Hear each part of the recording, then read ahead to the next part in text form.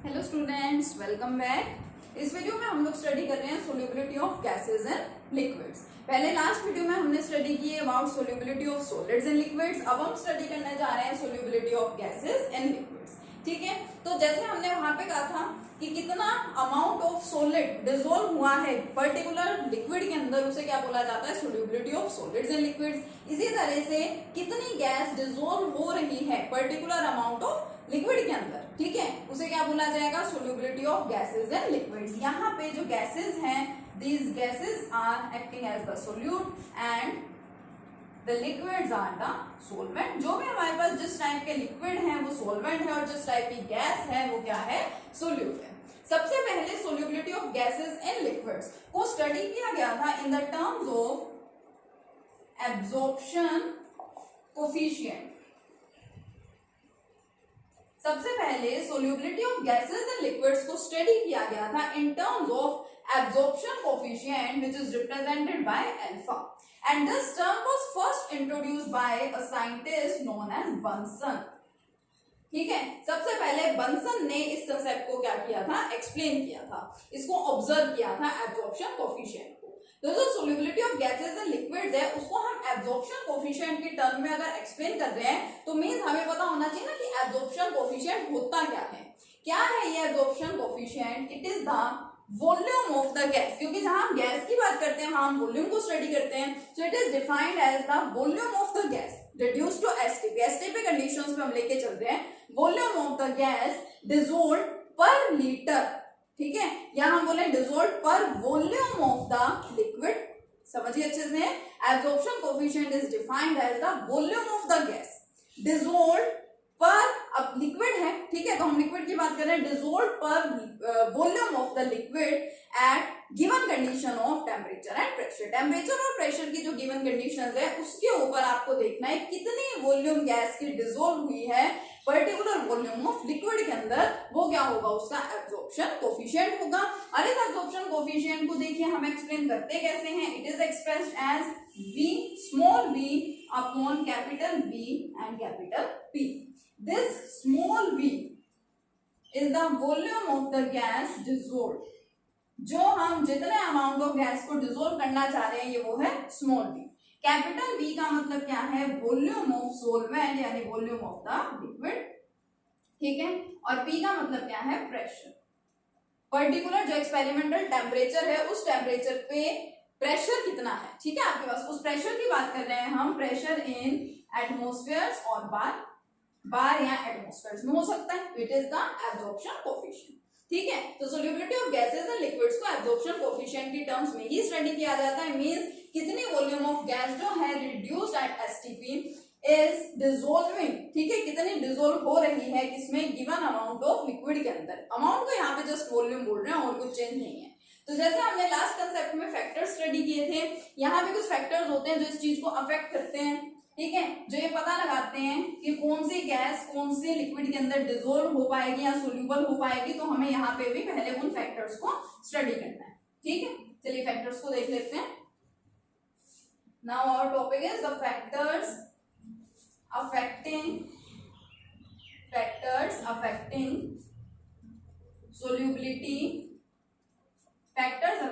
Solubility of gas and liquid. कौन कौन से फैक्टर्स हैं जो गैस की सोल्यूबिलिटी को अफेक्ट करते हैं।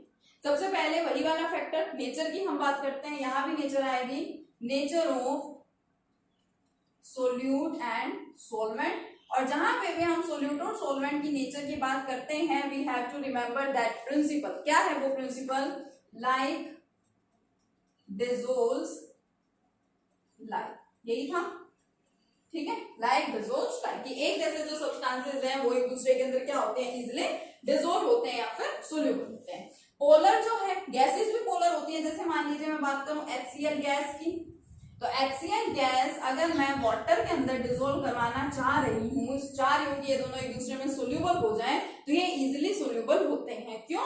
क्योंकि देखिए दोनों का नेचर कैसा है, पोलर नेचर है, तो दीज आर इजिली सोल्यूबल। ठीक है, दूसरा अगर मैं बात कर लूं, हाइड्रोजन गैस है, नाइट्रोजन गैस है, ऑक्सीजन गैस है, इनको मैं वाटर के अंदर डिसॉल्व करवाना चाह रही हूँ, तो these are not easily soluble. ये इजिली हैं। लास्ट वीडियो को देखने के बाद अब आपको पता चल गया होगा कि इसका रीजन क्या है। ये तो है नॉन पोलर और ये कैसा है, पोलर है तो डिसोल्व नहीं होंगे।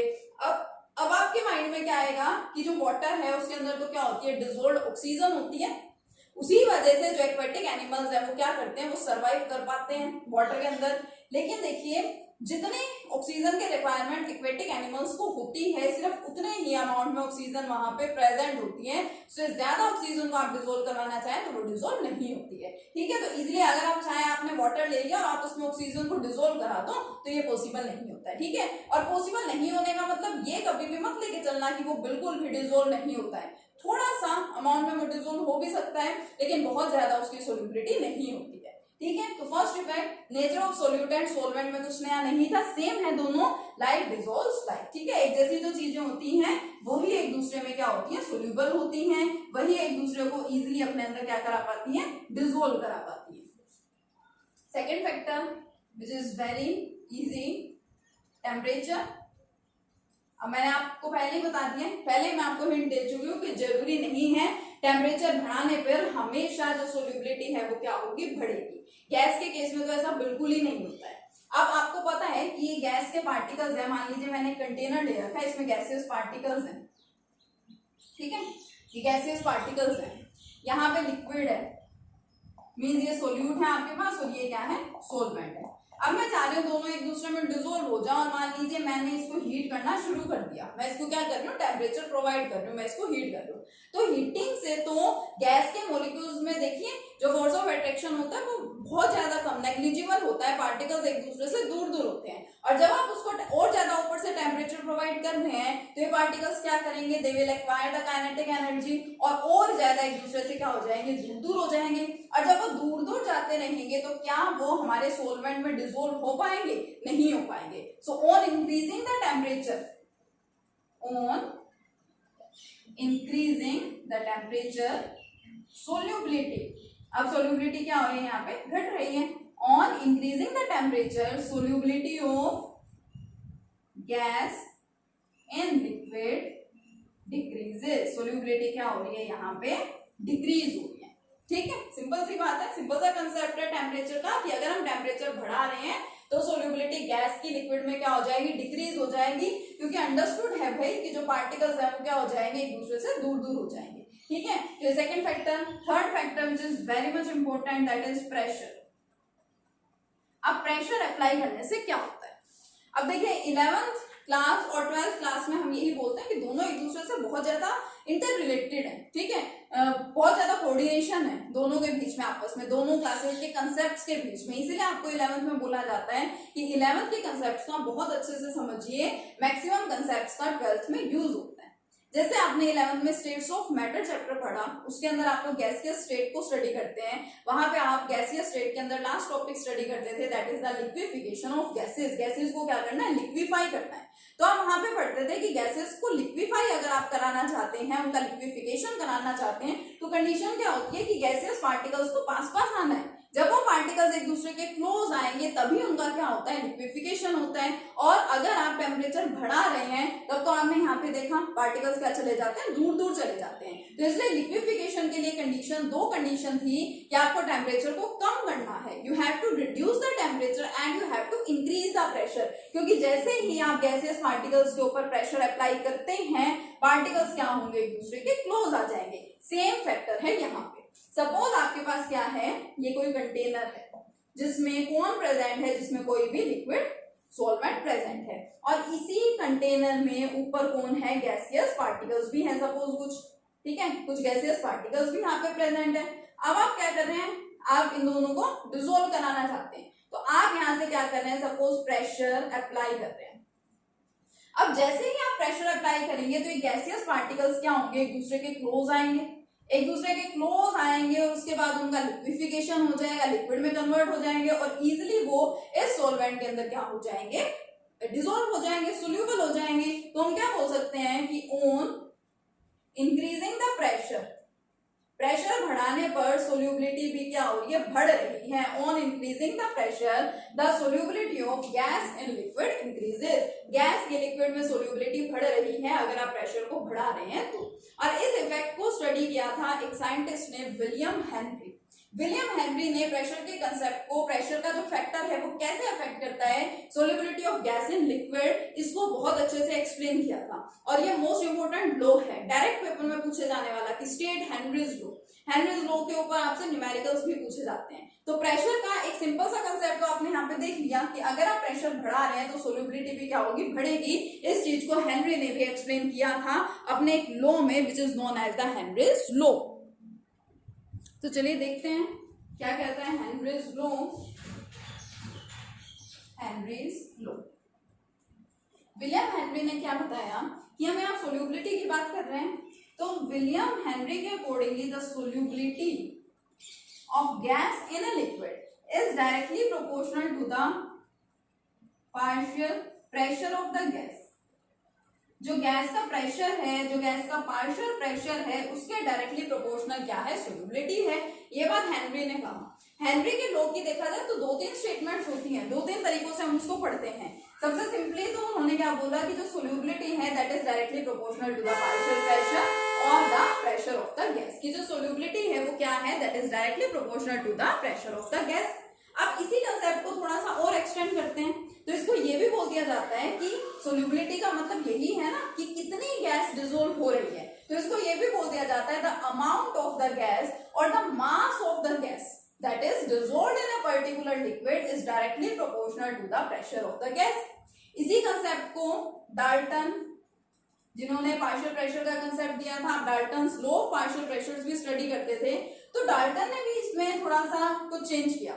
उन्होंने क्या कहा कि हम यहाँ सोल्युबिलिटी की बात कर रहे हैं, है ना, और सोल्युबिलिटी का मतलब क्या है, अमाउंट को चेक करना कि कितनी गैस डिसोल्व हो पा रही है पर्टिकुलर अमाउंट ऑफ लिक्विड के अंदर, यानी हम अमाउंट की, कंसंट्रेशन की बात कर रहे हैं। और कंसंट्रेशन को एक्सप्रेस करने के लिए तो देखिए हमने कितनी सारी कंसंट्रेशन टर्म्स पढ़ रखी हैं, तो इन्होंने एक कंसंट्रेशन टर्म को ले लिया। कौन सी कंसंट्रेशन टर्म इन्होंने ली, इन्होंने ली मोल फ्रैक्शन।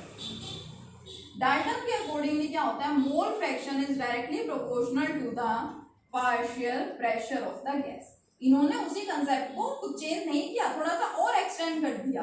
क्या बोला इन्होंने कि जो सोल्युबिलिटी है, सोल्युबिलिटी का मतलब ही तो ये है कि अमाउंट कितना है, और अमाउंट या कंसंट्रेशन को एक्सप्रेस करने के लिए हमारे पास कितनी सारी कंसंट्रेशन टर्म्स होती हैं, और इन्होंने उन्हीं में से एक कंसंट्रेशन टर्म को उठा लिया, that is the mole fraction. So mole fraction is directly proportional to the partial pressure of the gas. और फिर इन्हीं दोनों चीजों को ध्यान में रखते हुए हेनरी लॉ की एक और स्टेटमेंट बन गई। उस स्टेटमेंट के अकॉर्डिंगली क्या है, उसी स्टेटमेंट को हम जनरली ज्यादातर यूज करते हैं और उसी के ऊपर हम क्या करते हैं, न्यूमेरिकल्स को भी स्टडी करते हैं। उसमें इन्होंने क्या कहा, the partial pressure of the gas is directly proportional to the mole fraction.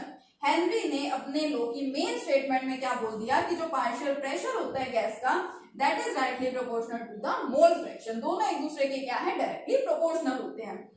और आपको पता है इस प्रोपोर्शनैलिटी साइन को हटाने के लिए यहाँ पे क्या आता है, प्रोपोर्शनैलिटी कांस्टेंट आता है। वो प्रोपोर्शनैलिटी कांस्टेंट क्या था, के एच। पी यहाँ पे क्या है, partial pressure, X is the mole fraction, whereas K H is the Henry's constant. K H यहाँ पे क्या है, हेनरीज कांस्टेंट। पर्टिकुलर टेम्परेचर का हमने यहाँ पे कुछ नहीं किया है, टेम्परेचर तो क्या है, कांस्टेंट ही है। कांस्टेंट टेम्परेचर के ऊपर P is equal to KH x, where P is the partial pressure of the gas, x is the mole fraction, and KH is the Henry's constant. And this KH, which is Henry's constant, it depends on the nature of the gas. ये gas की nature पे depend करता है। और अलग अलग gases के लिए Henry's constant की वैल्यू आप लोग देख सकते हैं अलग अलग, ये आपकी बुक में टेबल गिवन होता है, ठीक है, इसके ऊपर आप उसको देख भी सकते हैं। अब अगर मैं यहां से, ये हमारे मेन स्टेटमेंट है हमारी हेनरीज लॉ की, ठीक है, अब मैं इससे यहाँ पे अगर ग्राफ प्लॉट करना चाहूँ प्रेशर और मोल फ्रैक्शन के बीच में, क्योंकि दोनों में सीधा सीधा रिलेशन है, तो दोनों में कैसा ग्राफ आएगा, देखिए ये पार्शियल प्रेशर, ये mole fraction, it will be a straight line passing through origin, क्योंकि आप इसको देखिए y is equal to mx से भी कंपेयर कर सकते हैं, mx प्लस c कोई भी कांस्टेंट होता है, तो y एक्सिस पे कौन आएगा, pressure, partial pressure, x axis पे कौन आ गया यहाँ पे, मोल फ्रैक्शन है, और